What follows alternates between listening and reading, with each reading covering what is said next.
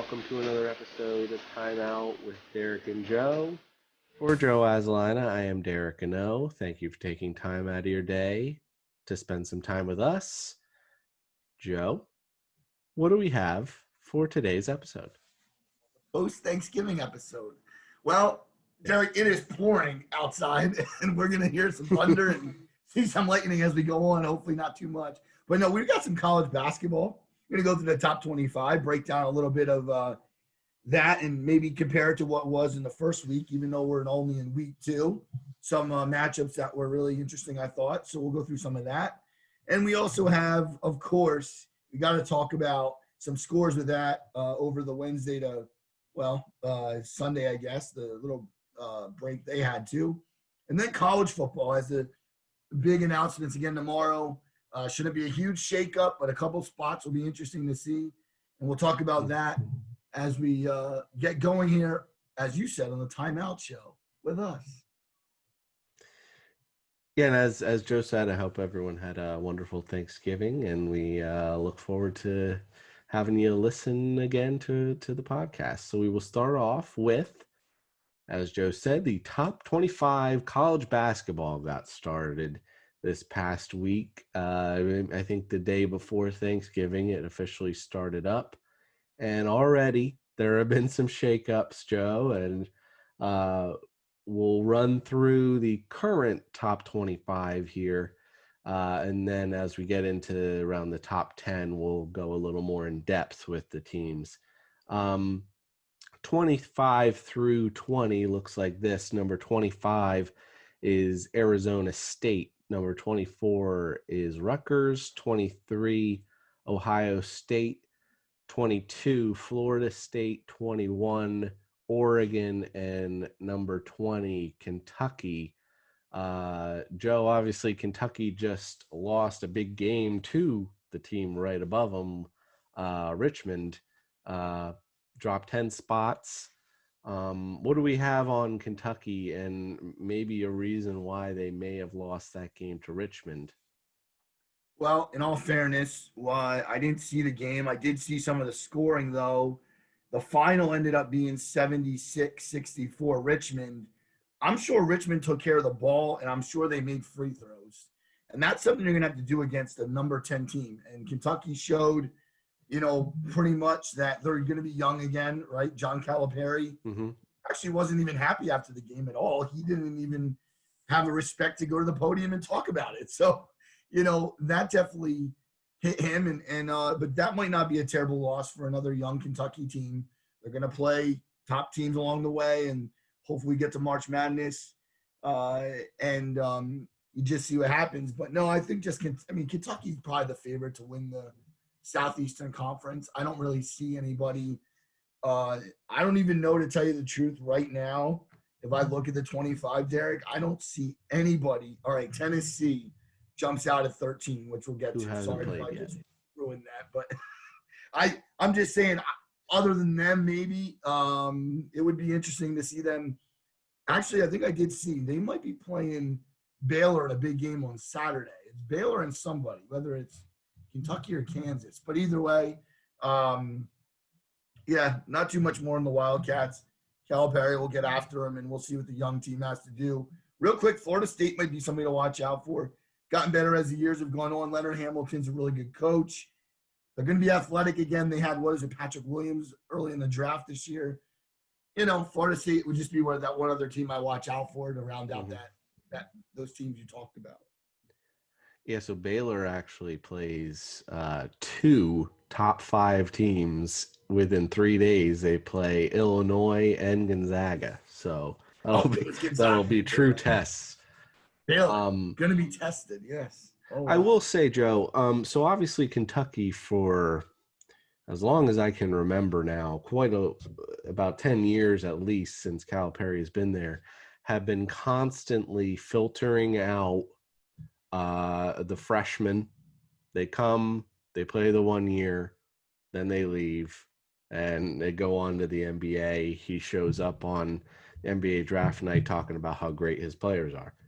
Now, what are your thoughts on And even I guess even Coach K has kind of gone more towards that, is seeing a lot of the one and dones, but that hasn't necessarily turned into championships a lot more recently.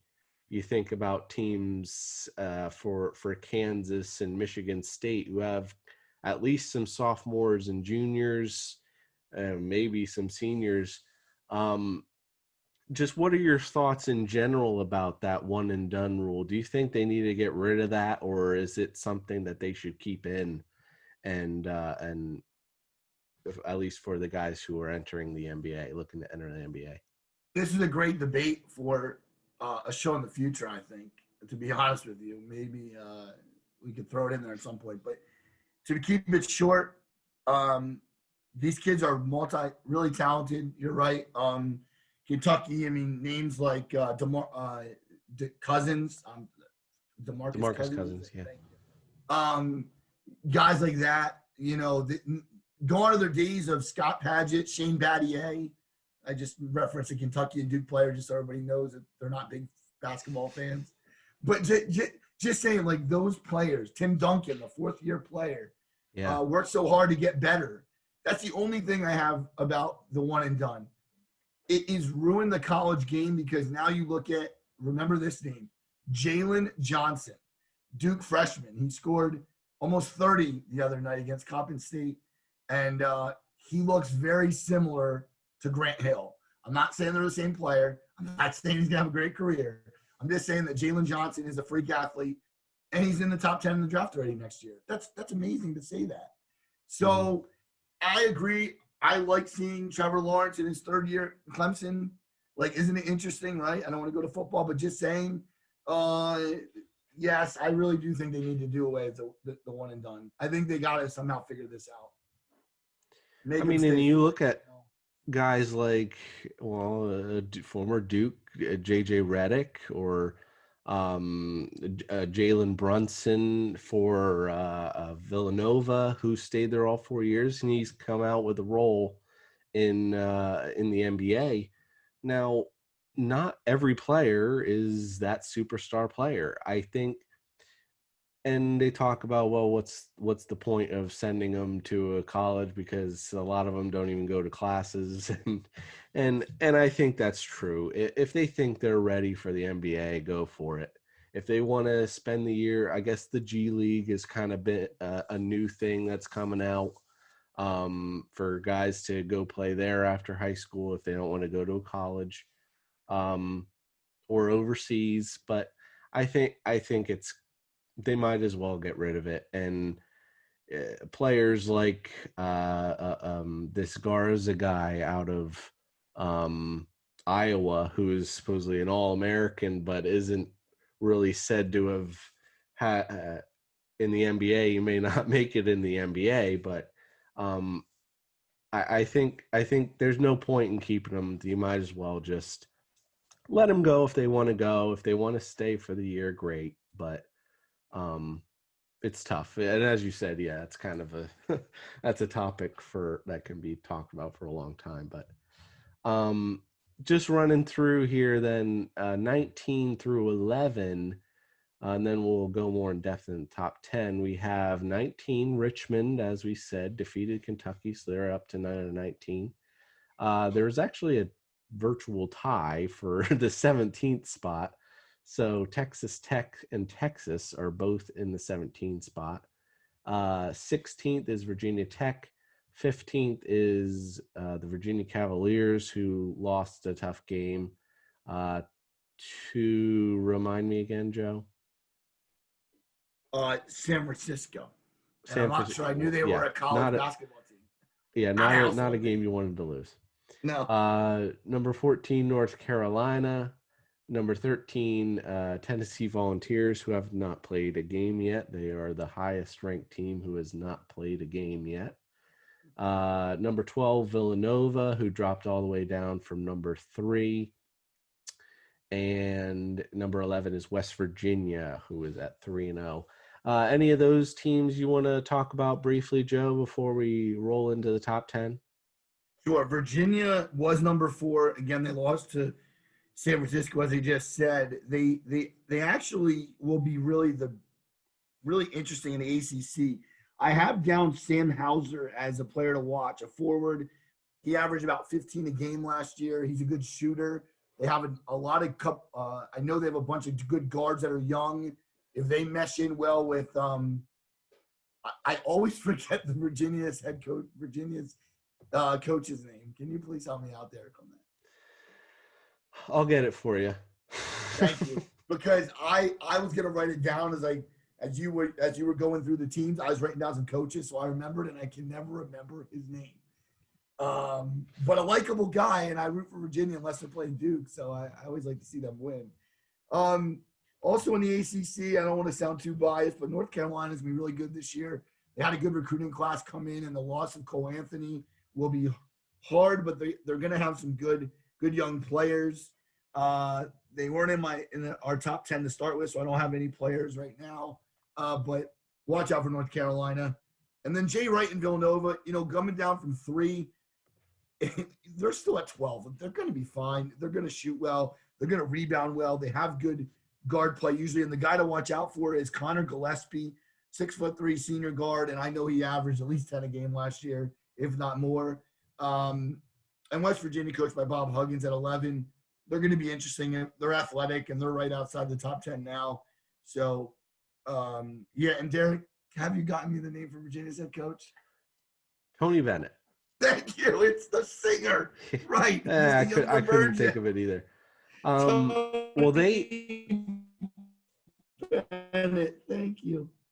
They are always known to be a defensive team, and it always seems to be that they can't put enough points up on the board consistently.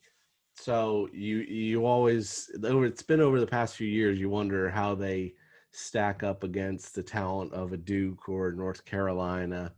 And well, they're going to lose those games. If they don't shoot at all, they're not, and that's what's happened to them over the past few years. They were the only number 1 seed to lose to a number 16 seed.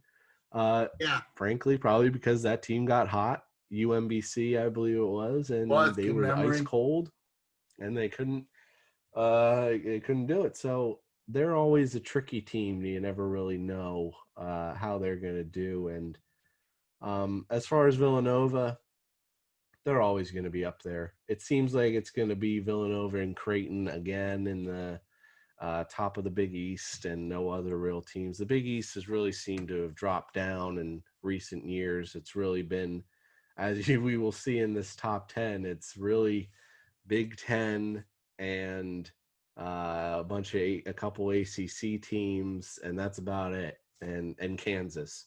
you don't see much from the SEC. You don't see much from the Big East anymore. So one Big 12. One Big 12. We will get into them. Consistent. And I'm not entirely sure Houston, where are they? They're out of the American Conference, I believe. Yeah, they are. You don't see teams like Memphis. I would be interested to see how Memphis does this year, I will say, with one of my favorite players I used to watch in the NBA, Penny Hardaway. I loved watching him. Me too. Big Magic fan. Anyway, so let's start off all right with the top 10. Yep, number 10 is the Houston Cougars, and they are in the American, as Derek said. Number 9 is the Creighton Blue Jays out of the Big East. They'll be interesting. They always shoot well. Number 8 is the Michigan State Spartans, and they got a big test tomorrow with a team upcoming. Tom Izzo, guys that are always ready to play. Number 7 is the Kansas Jayhawks, coached by Bill Self. Number 6 is the Duke Blue Devils, and yes, my favorite team since I was like 9 years old. Number 5 is the Illinois Fighting Illini, as me and Derek love their fight song. Number 4 is the Wisconsin Badgers, another Big Ten team. Number 3 is the Iowa Hawkeyes. Number 2, the Baylor Bears. And number 1, and sometimes the most overrated team in college basketball, the Gonzaga Bulldogs, or the Gonzaga Zags, as they like to say. Derek, Houston? Clyde Drexler? Is that where we're going? Well, So they've ever since so Kelvin Sampson has been there for a while now from I believe that was Oklahoma. Yep. I think he got in some trouble at Oklahoma, got run out, but hey, you're good enough to coach it at Houston. So Right. He's um, winning. He's since he's winning. been there, they've seemed to have always been in the mix in the American, since Connecticut seems to have dropped off when they left the Big East. But Kelvin Sampson is the head coach. He is 138 and 59 at Houston. They had a now obviously for the record, everyone pretty much played their entire schedule last year, but there was no March Madness. So I will give some 2019-21 or 20 records, but no, there were no champions, no nothing. So, but they were 23-8 last year. Lost to guard Nate Hinton, who scored 10.6 a game. Some key returning players for Houston: Caleb Mills, a guard, averaging 13.2 a game. Quentin Grimes, a junior guard, at 12.1 a game. And Fabian White Jr., who is a senior forward, 9.3 a game. And they also received a transfer from Arkansas, Reggie Chaney. Um, they always seem to be up there. They're good defensively, 11th scoring defense in the country, but they don't score. So this is kind of the Virginia effect. They have a great defense, but they don't always score the best. So they've been consistently for the past few years been some top seeds and let some people down in their brackets. But hey, they seem to be the favorite by far in the American Conference. So we'll see if Coach Sampson can. I would be interested to see their schedule to see if they have any good interconference games. But otherwise, I would think they'd be able to run the table in the American. Yeah, I mean, listen, he's a really good coach, and we're gonna say that about a lot of these guys coming up. But he's a guy that Oklahoma wasn't always good, and when he got there, he had to build the program, and he's doing it again. You lose 8 games, I don't care what conference you're in, you're winning games outside your conference too, because college basketball, unlike football, they play out of the conference. I mean, we have Duke and Michigan Yeah, State tomorrow night. That's not a conference game. absolutely. So just Houston, they're interesting. I'll take a look at them come March, definitely, and I won't forget about this conversation because I like Kelvin Sampson. So number 9, Derek, is the Creighton Blue Jays. We know they had that really good score years ago, and uh, uh, McDermott. I want to say Yep, Doug Sean, McDermott. right? Yeah. What are they looking like this year? And for the listeners and myself, who is their head coach? Because Creighton doesn't resonate. So their coach is actually Greg McDermott, the Oh, father of Doug McDermott, who's one of the best scorers in Creighton history. there it is. Um, but they were 24-7 last year. Creighton. Greg McDermott is 231 and 116. Um, now it was good enough last year to share the Big East regular season title, but they did lose their top scorer in Tyshawn Alexander, who scored 16.9 a game. So, but they have seem to have plenty of scorers who can pick up the slack a little bit. Marcus Zagorowski, junior Wow. guard, averaging 16.1 a game last year, and Denzel Mahoney, a senior guard and forward, 12 points a game last year.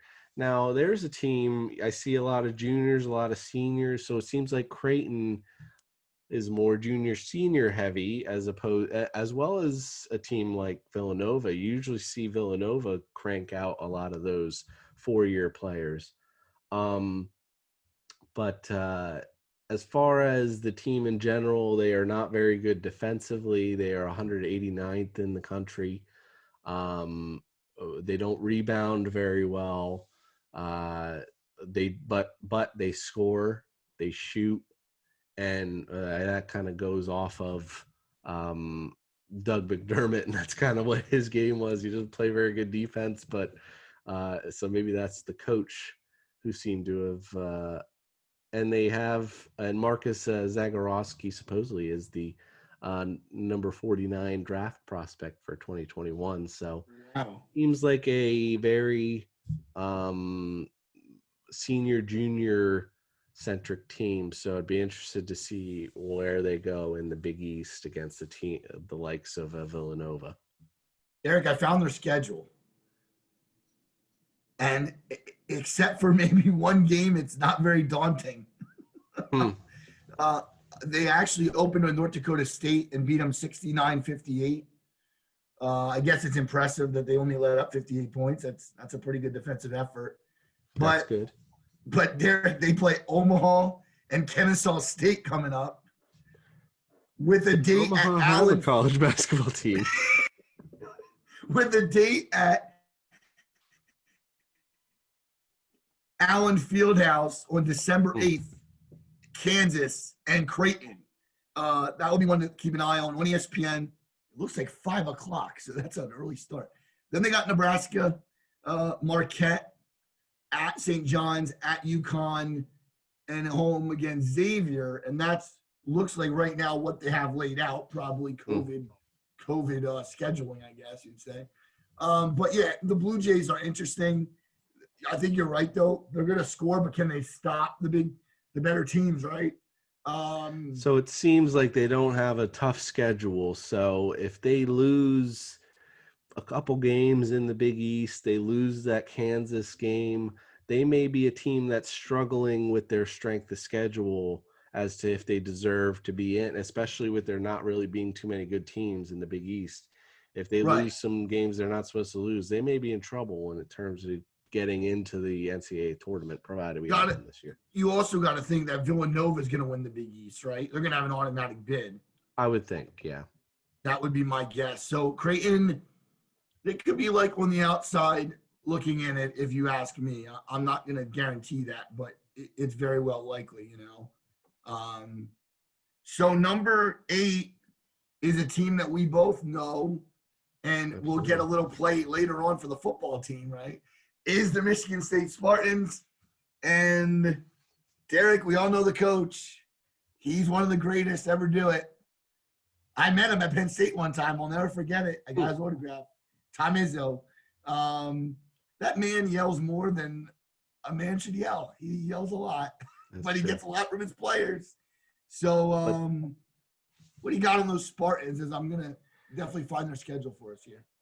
now that's obviously his coaching style, right? And it works for him. He is 628 and 241 at Michigan State. So um now they were 22-9 last year, which you may think is a little disappointing for a Michigan State team who were led by one of the best guards in the country, who is now in the NBA, Cassius Winston, who Like him, averaged Derek. 18.6 a game. They also lost Xavier Tillman Sr., forward, 13.7 a game. So you got to wonder where that scoring is going to come from. They have Aaron Henry, junior forward, averaging 10 a game. Rocket Watts, what a college basketball name that is, Rocket Watts, Like that. a sophomore guard, averaging 9 a game last year. They have a Joey Hauser coming in from Marquette transfer. Uh, Now they have two of the bigger college recruits, Matty Sissoko and AJ Hoggard, who should see some time as freshmen. But they seem like a deep team, talented. Um, but there's a lot of good talent, as we'll see here in the Big Ten. So I wonder how that talent is going to losing their top scorers. It could be tough against the big three. It seems there in the Big Ten. Especially the loss of Winston. That's your point guard. That's your Mm-hmm. leader. He drives your team. You can lose a forward and a center, and you can kind of replace that production. But it'll be interesting to see what they got, and absolutely interesting to see tomorrow night what they come up with. But they beat Eastern Michigan 83-67 in game one. They beat Notre Dame by 10 in an interesting matchup on Saturday. Duke's tomorrow night. They have Virginia actually at Virginia on the 9th of December. That will be an interesting one. Mark that That's in a one good one. down. Yeah, at Northwestern. I'm not sure how good that will be. Wisconsin, though, number 4. We'll get to them. That's on, if I'm right, Friday the 25th. Is that Christmas? Christmas Eve? I always get that confused. It's around the holiday, though. Christmas. Yes, that's Christmas Day. So we're going to call that actually to be determined that time. And at Rutgers, they're playing out of Iowa, though. The Big Ten schedule will be daunting. Yeah, I think Michigan stays around the top 10. They might drop out a little bit, but they'll be like Villanova. They're going to flirt back in and out. That's my Yeah, with a prediction. coach like Izzo, you're always going to be in it. Right. Absolutely. Well, that brings us to the Kansas Jayhawks and Bill Self. When Roy Williams left, I said they needed a guy that was going to be able to come in and really remake the program, really be able to, and names like Nick Collison, who was a great center then, some of these guys that just have, Kirk Heinrich was a great college point guard, like not always great NBA names, but there's one now I want to mention. Devontae Graham went to Kansas, and he's playing really good for the Hornets. Guys like that. Now, what do you think this year, though? Kansas ranked number 7. Are they going to be – what are they looking like? What is the Kansas Jayhawks – as I'm again pulling up their schedule. That's pretty crazy. You brought up that team because that was one of my favorite teams to watch, but they got bounced really early that year. It was Kirk Heinrich, Nick Collison, and Wayne Simeon was the Drew big Gooden too, scorer. right? Gooden might have been before that. Okay. But Yeah. there was so much talent, and they blew it for me. I definitely had them winning so many brackets. But anyway, Holy Cross, right? I was gonna say a Patriot League team, but I wasn't 100% sure. It might have been Bucknell, actually. Might have been Bucknell. You're right. And it drove me nuts. Anyway, Sorry, 28-3 record for Kansas last year. One of the favorites to win the championship, but never got the chance. Bill Self is obviously there. He is 501 and 109 at Kansas, 707 wins overall. Lost 2 key scorers in Devon Dotson, guard, averaging 18.1 a game, and Udoka Azubuike, the center, 13.7 a game, who was always a force in the middle there that they may miss this season. The 2 key scorers coming back. Man, these names. Ochai Agbaje, a junior guard, averaging 10 a game last year, and Marcus Garrett, a senior guard, 9.2 a game. But here's the name to look out for is Bryce Thompson, who is going to be a key freshman this year, it seems like, to the freshman or to the Kansas team, and he's going to be one of the top players drafted next year. So he is someone. Kansas always seems to have that nice mix of the seniors and the young guys, so they don't have all of one. So it's good. It's good that they have a little bit of both, and the Big 12 is not all that strong. You see, we mentioned Texas and Texas Tech and But there's not a ton out there. What does their schedule look like, Joe? Do they have any tough non-conference or? A loss to Gonzaga already, 102 to Yeah, 90. A win to St. Joe's, 94-72. And then you look down a little bit, and well, they have Kentucky, which will be dangerous, which is actually tomorrow night. Kentucky, number 20, is gonna looks like they're going to Kentucky. be a pissed off team Yeah, they're not gonna be happy. losing to Um, Richmond. Creighton on Tuesday, next Tuesday. That'll be interesting to watch. What is Omaha doing on these schedules? What is they have Shout out seven Omaha.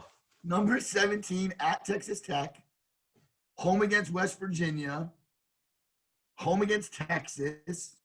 They're playing some Big 12 teams, Oklahoma State, Iowa State, and they even have Baylor in there. And the reason they're playing the Big 12 schedule is because they're in the Big 12, Derek. I almost forgot that. So that's Oh the yeah, I reason they're playing completely the Big forgot 12. about Baylor. Obviously, Baylor's in the Big 12. So they're gonna have. I actually might think that Kansas, man, if they can win, if they get through the schedule with a couple losses, man, they're really gonna be a top Yeah, seed. But if they they don't, they might not be.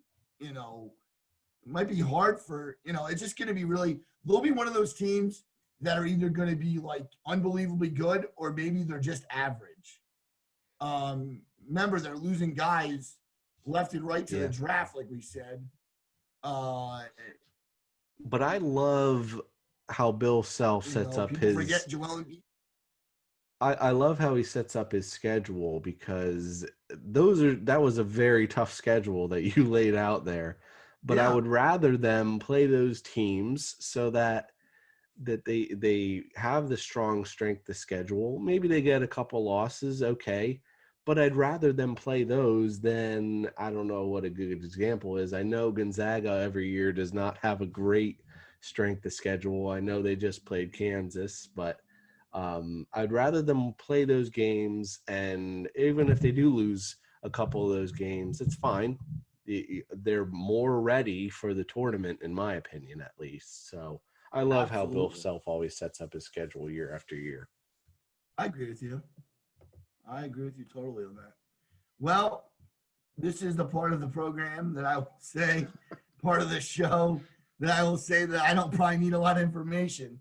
Um, the number 6 Duke Blue Devils are coached by, I can finally say, the best coach in the game. And when he leaves, it's going to be a sad day. Coach Yeah. Mike Krzyzewski, Derek. He's one of the best. He's got more freshmen. Um, I will definitely take this opportunity and tell you that Jalen Johnson will be a stud. He'll be the next great Blue Devil, but only stay here, as we talked about the one and dones. But a couple guys that I think you'll notice too. Matt Hurt is a guy I want to highlight, the forward. He came back last year. I think he averaged about, I want to say it was about 10 a game, under 10, 9-7, it looks like. He's already going to be a sophomore, and maybe they get nice additions from key bench guys too. But Wendell Moore is another good name to throw out there. He'll be another name. But the beat goes on at Duke University. They're going to be really fun to watch, and a lot of people are going to hate them because they're the Yankees. That's just who they are. They're just a good basketball team, good program. So if I haven't stole all the thunder, take it away. No, not all of it. Oh, well, obviously, Coach K. We all know Coach K. He's upwards of 1,000 wins now at Duke, 1,084 and 291. You said it will be a sad day when Coach K does decide to retire, but 25-6 last year would have been very interesting. They had a couple losses, probably they shouldn't have had, but with the guys that left, it would have been very interesting to see what they would have done in the tournament. Vernon Carey, starting center, 17.8 a game, is gone. Trey Jones, guard, 16.2 a game, gone. Cassius Stanley, a guard, 12.6 a game, gone. You mentioned Matthew Hurt coming back, power forward, who actually made the most 3-pointers on the team. Um, and then you had a solid, good freshman campaign from Wendell Moore Jr. So glad to see him back. And and then you mentioned the the recruits that they have here. Jalen Johnson, Jeremy Roach, DJ Stewart, all guys who will potentially have a key part in the lineup. So you would think they are one of the most dangerous teams in the country, with a little bit of experience and with the freshman talent coming in. So long as a lot of those freshmen live up to their potential, they could be very scary in the ACC. Yeah, and the schedule looking like, well, they're going to play Gardner Webb. COVID decided and interrupted that. Coppin State, they won by 10. I mean, decent win. You look at Michigan State again tomorrow night. And then they have Bellarmine. Not even sure what that is. Bellarmine. What is? I thought it was Belmont. I thought they made a mistake on the schedule. Elon, but then they have number 5 Illinois. That's next Tuesday. That seems to be a good basketball night. Tuesday, it always is. Big Ten ACC. Those are always so much fun. Illinois Duke will be a good one. Notre Dame on December 16th. And that's a big, big weekend, because if Notre Dame and Duke play that day, a couple days later, we could be seeing Notre Dame Clemson on the gridiron. So just an aside. Florida State then a little bit later on after New Year's Day on the 2nd. You know what? I'm just going to say right now, I honestly think with that schedule, you're looking at maybe 2 losses right now. And that's only some of the schedule. But they're talented, and as long as they work together and play well together, Duke will be a top 5 team before we know it. So that's my take on my favorite team. But we're going to go to number 5, Derek, the Illinois Fighting Illini. And the Big Ten is very highly represented here. Illinois is always one of those teams I question. They always have big inside players, but they never have a good outside game. Do they have some perimeter players for the Fighting Illini this year? It looks like they're all around. Now, this will be probably the 3rd year for Brad Underwood, who actually has an under 500 record at Illinois. He's 47-48. They were 21-10 last year. Not a lot of departing players, but a lot of guys coming back. And the duo of the guard and center duo of Ayo Dusanmu and Kofi Cockburn, they seem to be one of the these names, man. One of the top guard center duos in the country. Dosunmu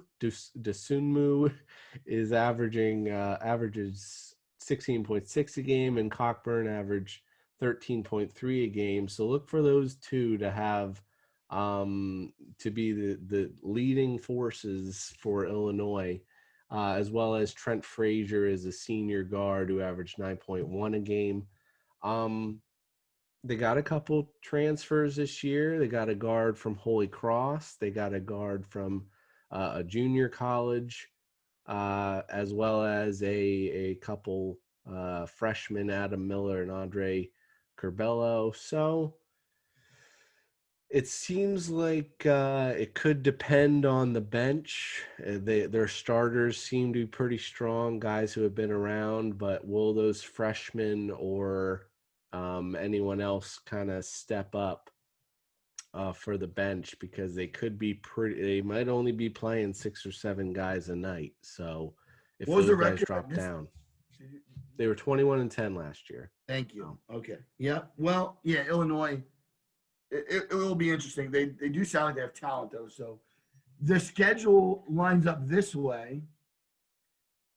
They beat North Carolina A&T on Wednesday, 122-60. They scored a lot of points. That's a lot. And your boy Desonomu, 28 he had. And 10 rebounds there. And 10 rebounds. That's a double-double. As a guard, that's pretty impressive. Chicago State, 97-38 win. and they just got past the Bobcats of Ohio 77-75. Derek, it gets real though at 10 o'clock on Wednesday because they face the Baylor Bears. Mm. And that's going to be something. And then Duke next Tuesday, which I'll be watching again on Tuesday night, although it's a late game, so it's going to test my bedtime, and we'll see. At Rutgers, to get back on track, at Rutgers, at Penn State, all these times to be determined later in the year.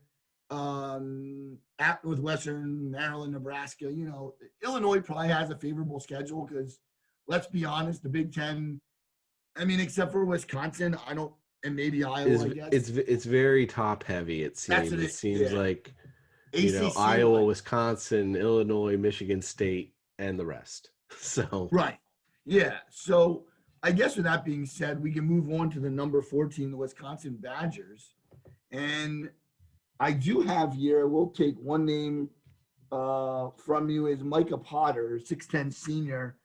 He reminds me a little bit of just hearing about him is the big guy they used to have in Frank Kaminsky, Derek. That's who reminds me of a little bit. So we'll see if that rings true. I mean, Kaminsky was a great player. They had that Sam Decker. He was a big guard they had. Definitely really good player in the run for the national title that year. Trying to help you with some names here. I apologize. You've done a great job with these names, and I promise you the next show we have hard names. I'll take care of the names. But no, what do you think about Wisconsin? They're number 4. Do you think they're gonna stay there? And what do we got on them? So, coach for Wisconsin for several years now has been Greg Gard. He is 101-57.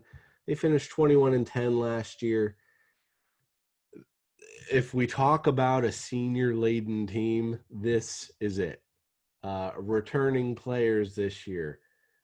Nate Roivers, senior, forward, 13.1 a game. Micah Potter, as you mentioned, senior, forward, 10.3 a game. Brad Davison, senior, guard, 10 a game. Matrique Trice, senior, guard, 9.6. Aleem Ford, senior, forward. Trevor Anderson, senior, guard. They have so many seniors coming back who have played, as well as several freshmen coming in. A Lauren Bowman and a Ben Carlson are 2 names to look out for. They're always strong defensively every year. Even when, Kaminsky was there and Sam Decker, and they're a team that always will try to outwork you. And Wisconsin is always a good defensive team.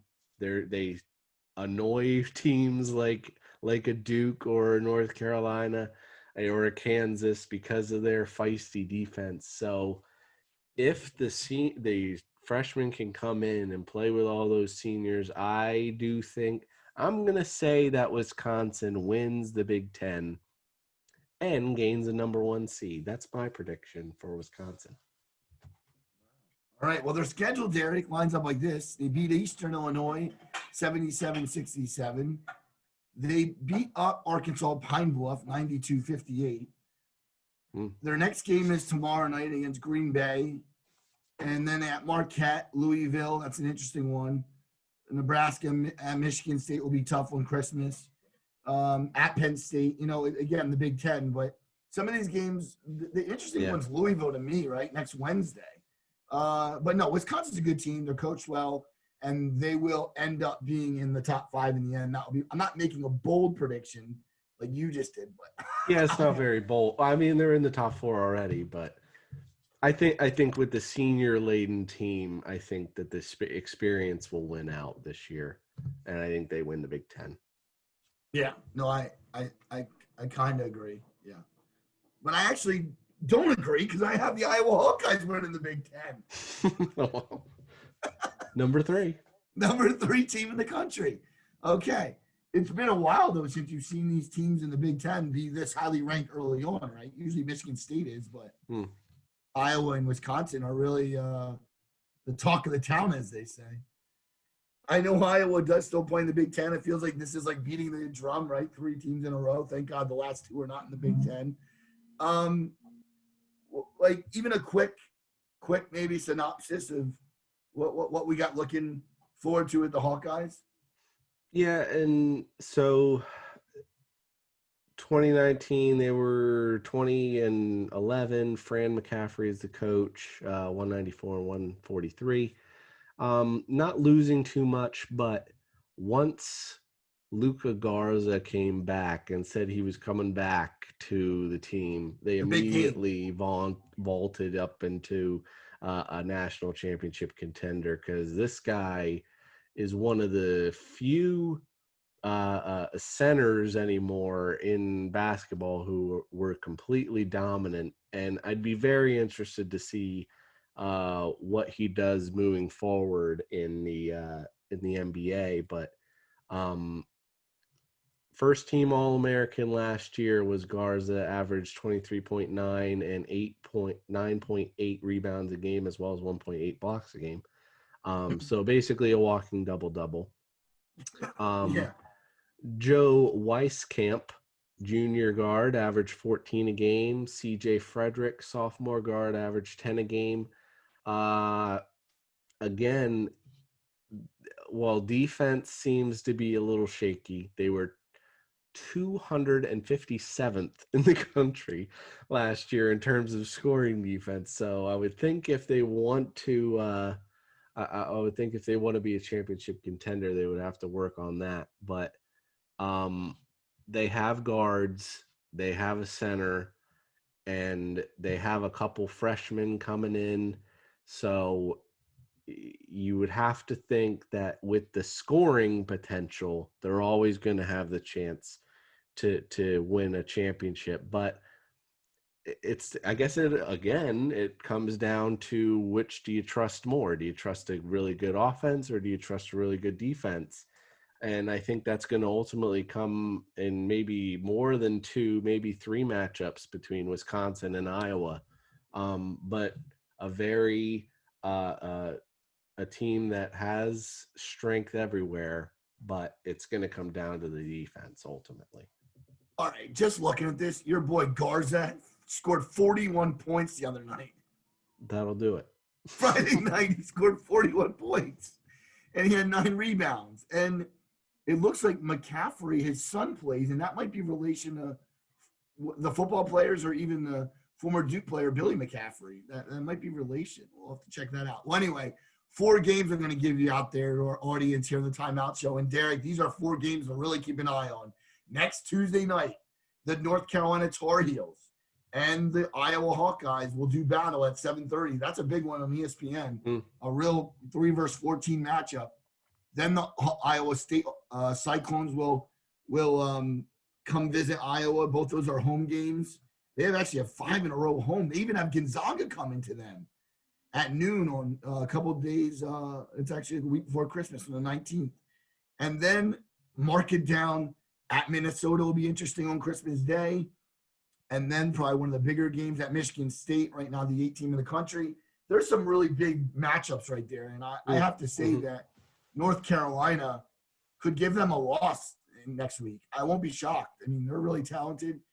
And people, of course, as Duke fans or as ACC fans aren't going to want to hear it, but North Carolina is back and they are in the top 15, and we should be a little concerned about them. So Iowa will be really good. And yeah, my prediction is they win the Big Ten. So me and you are going at it with Iowa and Wisconsin. All right, number Okay. two, Derek. Number 2, Derek, is the Baylor Bears. And God, I think of Baylor and I think of football. I don't know. I'm not trying to disrespect their basketball program, but to me, they're kind of fool's gold. They're really good in the season, but they haven't done much in the tournament. Am I wrong about that? No, you're absolutely right.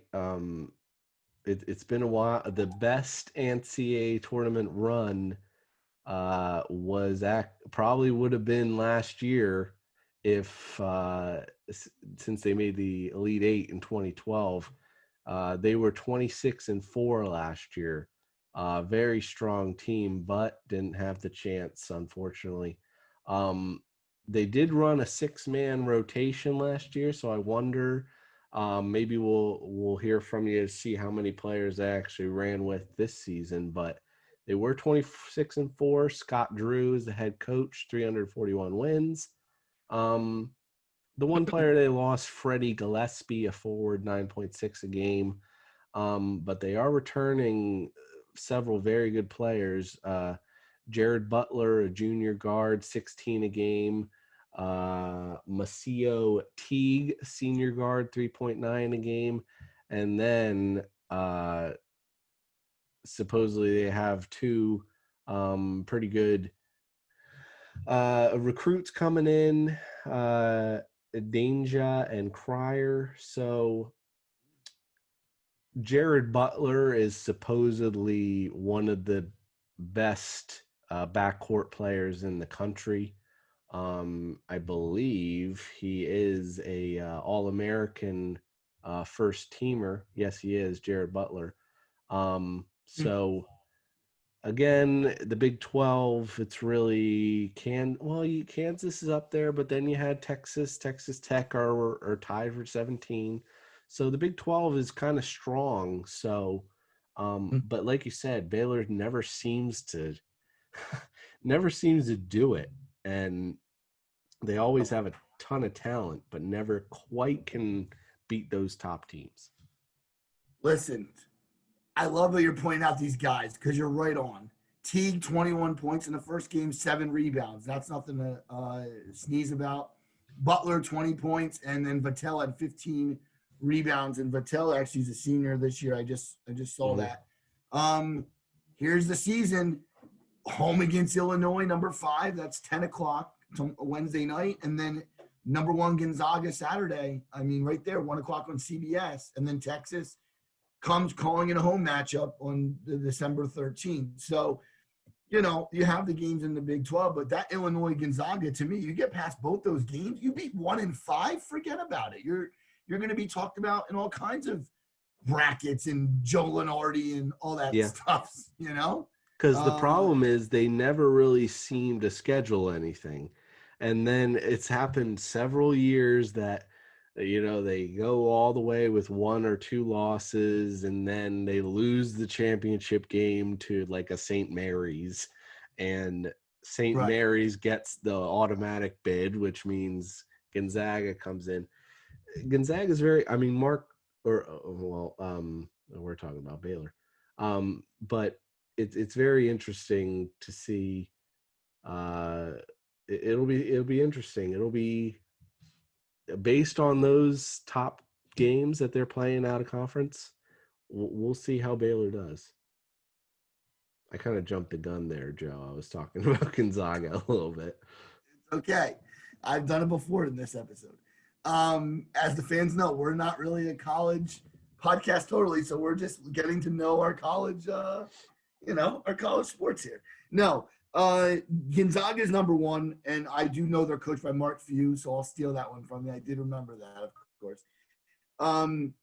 I did research one of their players, and he's really interesting. I can't wait to see if he scored a lot the first game.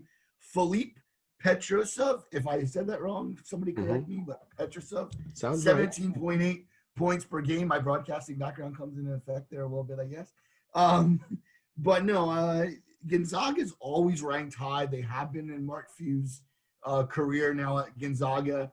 All I have to say is beat Illinois, beat the teams you're supposed to beat, and we're probably going to see you on the 1 line in the end of the year. I'm looking for their schedule, so if you want to, my internet side to go a little haywire on me here. So let me know or not. I could be wrong, but it says here that Petrusev may have left this season. Oh, did he leave? So if not, let me know. But Killian Tilly is another forward who left, big guy who averaged 13.6 a game. But they do have 2 guys here. Corey Kispert, senior forward, 13.9 a game, and Joel Ayayi, junior guard, 10.6 a game. But the top player, it doesn't even seem to have been on the roster last year. It seems to be Jalen Suggs, who is one of the top recruits from the 2020 draft class, and I'm interested to see what he's done already. But a 5-star recruit guard who seems to be the one who they may go to. I mean, a couple guys averaging double figures, but he seems like he may be the true number one option. I will say they've always been a top scoring offense for the past few years. They averaged 87 points a game last year, whereas the defense was a little weak. But and you always wonder how they match up against playing against teams like a San Diego, a San Francisco in some games, and then going into the tournament playing the top teams. So it'll be interesting. Gonzaga will be very, very interesting this year. They do play number 11 Okay. West I'm Virginia sorry on about the that. second. And then they do play Baylor, which is we mentioned before on the 5th. That should be a very interesting game. Um, and as well as Iowa down towards the end. So they did schedule some big games, but then you go into the standings, you got the Santa Claras, the Portland and Pacific, Loyola Marymount. So it's not a strong schedule, but they did at least have a couple, including beating Kansas. I don't know if we mentioned, but um, couple players, Timmy and Kispert and Suggs, all scored 20 plus. So um, does Gonzaga finish on top? I guess we'll see. But for right now, they're on top of the country. Well, Derek, that ends our college basketball preview, and we hope everybody bared with us for it.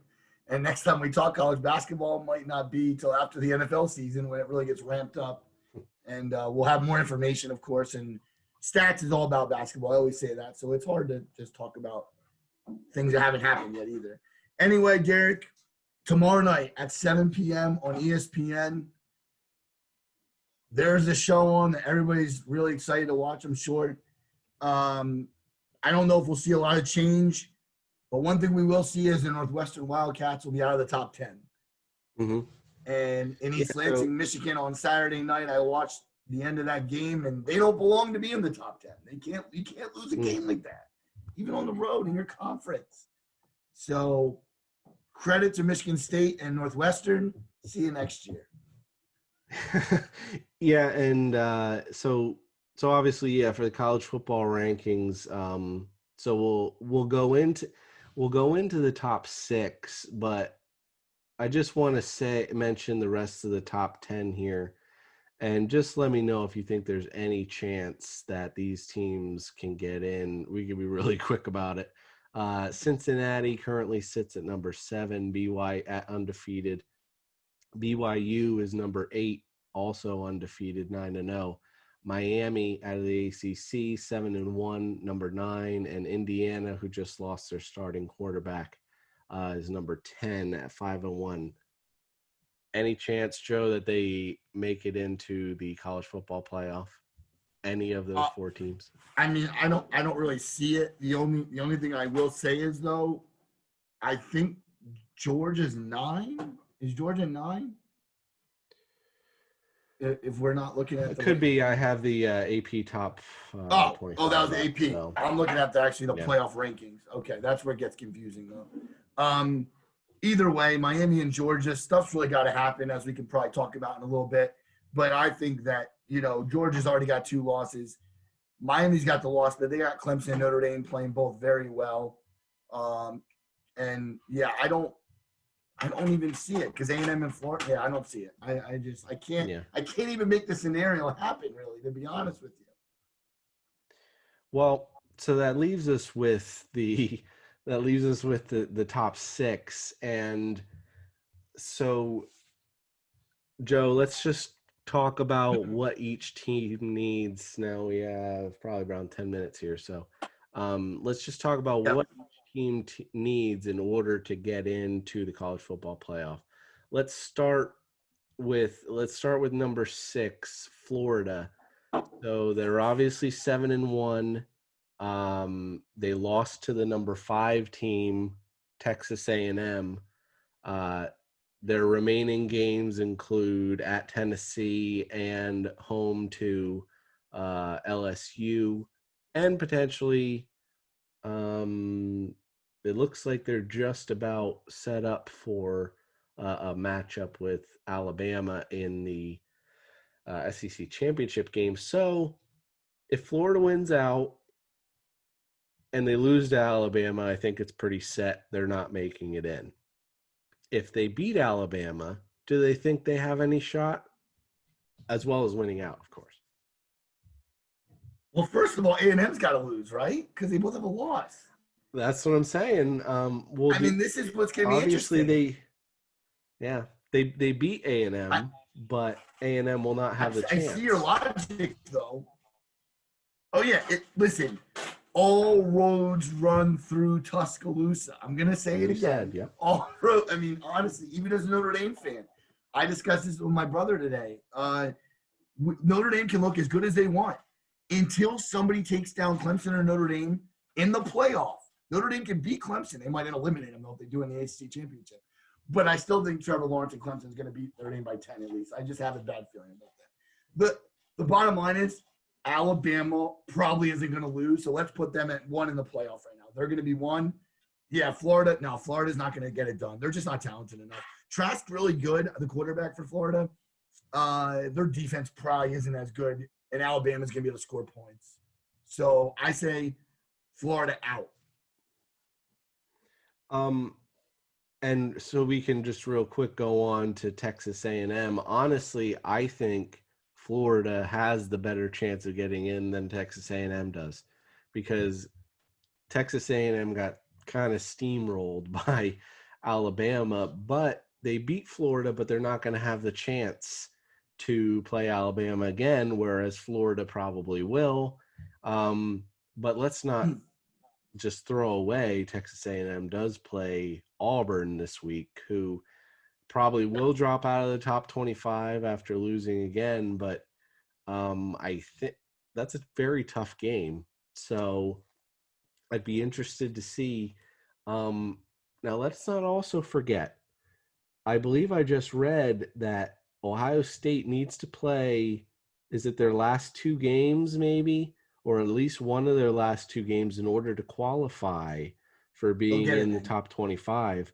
But so, and I'm sure they will. No matter what, they'll get it. Yeah, they'll have to get it. Here's the thing too.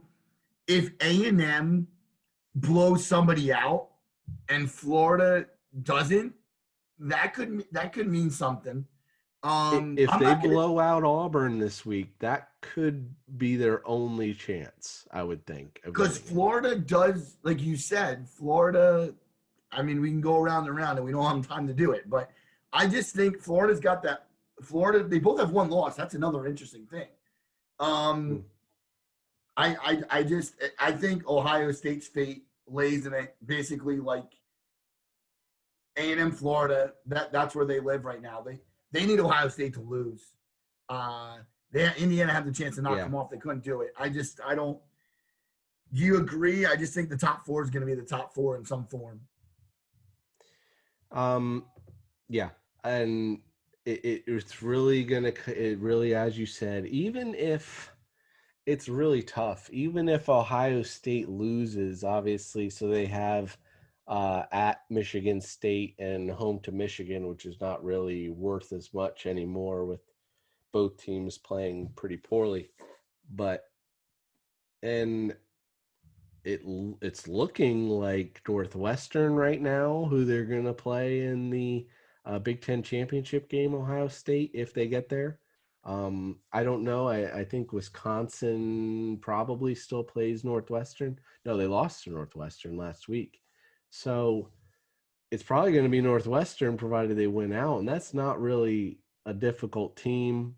So their defense I'd is have good, to though. just but they can't. They might not be able to score. Yeah, they got to score. I just think. Yeah, I mean, you can make a case for A&M. I think Florida is playing really well. It's just, are they better? They always say they want the best 4 teams in. And we'll get to Notre Dame and Clemson. I'm just saying, I don't know if Florida and A&M to me are better than Notre Dame and Ohio State, even, to be honest with you. Now, Florida's really good, but I just don't know if, and it's going to depend on, and I'm interested to see what they say tomorrow night too. Those, Kirk Herbstreit and Galloway and Reese Davis and all these mhm. guys. This is what they do for their life. It'll be really interesting to see what they have to say. But even being on a show that we have, I just think we have to be honest with everyone. And we would love to dream up a scenario, but Miami has a better chance climbing up the ladder and seeing Notre Dame or Clemson lose. But it's still But it's a reach, right? yeah, they don't That's a really reach have any there. games left, so it's kind of tough. I just don't. And BYU has, if they have a game, it's against a nobody. They're getting Um, screwed though. They shouldn't be 14. That's it's ridiculous. That's ridiculous. I yeah, can't even. I mean, I know it's apples and oranges, and hopefully they beat whoever they play in a bowl game. But I mean, But all right, let's go to Ohio State. yeah, Justin and Fields well, didn't impress me last week. I mean, he really didn't. no, but I don't see them losing to either of those teams or any of the teams remaining. I mean, I mean, I at agree. least you could say that Indiana has been playing very well. They have been. Um, Yeah. Obviously, they're not going to look as good with losing their starting quarterback or remainder of the season. But What at would Michigan happen if State, I Harbaugh? guess you could say that's a tricky one. Or if What Michigan happened if Harbaugh finally, pulls the upset? yeah, What would happen if that would be another big wrench in the plans of everybody, right? but they'll still get in the championship game because they beat Indiana. So I think, granted, neither of us love Northwestern or Iowa, Wisconsin, whichever one of them gets into as the West team. I think it would still be enough provided they beat them. If they lose again, Ohio State would be out. But if they beat that team, preferably comfortably, then they would probably be in there. Same thing for I think Alabama and Notre Dame are pretty well set in, provided Notre Dame doesn't lose by like 49 points to Clemson. I think they're pretty safe, and Alabama, even if Alabama loses, um, I mean, I doubt they lose to LSU in this week. But even if they lose to Florida, I don't really see them dropping out. But then you get into the case of, well, does a one-loss Alabama or a one-loss Florida get in because all the other probably went the way they were supposed to go? It's very What's tough. what's interesting is what's interesting is if Florida beats Alabama in the SEC championship and gives Alabama their first loss, Yeah, Alabama also has a loss. So then, if you put Florida and Alabama both in, which I'm not saying can't happen, Notre Dame, Clemson, Ohio State, who's out? And this is why I don't want to be in none the of college them. football playoff committee because that's No, you ridiculous. can't get rid of any of them. How do Provided you now, do? once again, it's easy to knock out Clemson if Notre Dame beats them again. They'll have two Not happening. losses. It's not fair to put them in. That'll be the It's not easy way happening. out. But provided Clemson beats Notre Dame in a close game, they're both getting Yeah. in.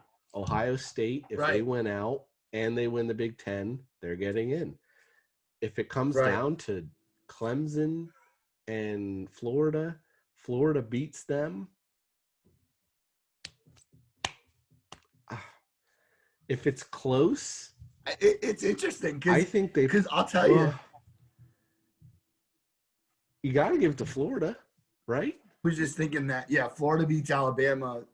It's fair to say Florida deserves a shot to get in, and then it also then brings up a big question about the you almost could have if Notre Dame loses to Clemson on December 19th and Florida beats Alabama, you would have Alabama with a loss, then Notre Dame has a loss, Clemson has a loss, Florida has a loss. Right there, then you're not talking And Ohio Texas State. A&M has a loss. So again, Who are now? Notre Dame made a case for. I will say this too. Notre Dame made a case for them on Saturday to sit there and say we might be the best defensive team in the country. North Carolina, who scores a lot of points, Yeah. wasn't just held to 17 points. They were held to 3 points for 3 quarters. That's amazing defense. And why our defensive coordinator might be gone at the end of the year, and that's a really sad story. But Derek, this is why you got to love college football, because this is going to go on now for weeks, and the only way they can really solve it is playing the games. But what happens if Wake Forest decides to disrupt Notre Dame's season and beat them? Think about that. Then you have Notre Dame, Miami, and Clemson all with a loss. And again, I'm not saying that's likely because Notre Dame's chances of making the playoff now are higher, but I'm just throwing that out there because I'd rather talk about that than have a Florida, Clemson, Notre Dame, Alabama. Yeah. Oh my Lord. Yeah. Crazy. And we could go about it all night with all the different scenarios, but I think for now, I think we can confirm, you and I, that the top four currently are in the top four. It's a question of if those teams lose and what happens. But too bad, Derek, that we also have 2 Southern teams and 2 Midwest teams. That it's pretty cool actually to see that. Like Ohio State and Notre Dame fight for recruits, Clemson and Alabama fight for recruits. And you might see, everybody thinks you're going to see Notre Dame Clemson the third time. Why can't you put, I don't know, you can't really put Notre Dame 4 right now, but just saying, like, can you kind of match it up a different way depending on these teams, how they play down the stretch? So we're going to get into it more. I'm sure we're going to have a couple more college footballs, at least segments. This will not be toss up or buy or sell is coming very quickly, I think. But listen, this was fun. We needed to get my mood was definitely down today with all this rain and just that I'd be going back to work tomorrow, and I still pray for everybody out there that is just in this crazy time we're in. I just hope everybody stays safe. I also want a special shout out, even though it's going to take place tomorrow. It's my mom's birthday tomorrow, so for the show when he comes, we'll hear it later. But special shout out to her and. That everybody listens, that everybody knows that it's an important person in my life. So it's definitely good times, good month hopefully upcoming, and we'll be coming to you Thursday as we're going to do a short show with the top 5 list, the top 5 list of our favorite movies. And I really got to get to my homework done now. Well, yeah. So we're going to start up a little. I mean, it might not be every week. It depends. Really depends on the current state of sports and what's going on. But we're going to start up some top 5 lists, and they're going to be shorter episodes. They're going to be around 20 to 30 minutes. And as Joe mentioned, it will be top 5 sports movies. So everyone will be able to put in their favorite sports movies, and maybe we can get some favorites of the of everyone and see who's the most popular. But yeah, so very good show as always, Joe, and a little NCAA basketball. So we'll probably see it again in come March, but we'll see if we tackle it before then. But January, February. Yeah, maybe. But as always, thank you very much, everyone, for listening. You can follow us on any streaming or on any podcast platform, as well as on Facebook, and send us an email, timeoutderekandjoe@gmail.com. We'll be happy to get to those. And thank you for taking time out of your day to spend some time with us here at Timeout on this rainy day. Hopefully it clears up for the rest of the way and the rest of December. But everyone take care and stay safe, and God bless.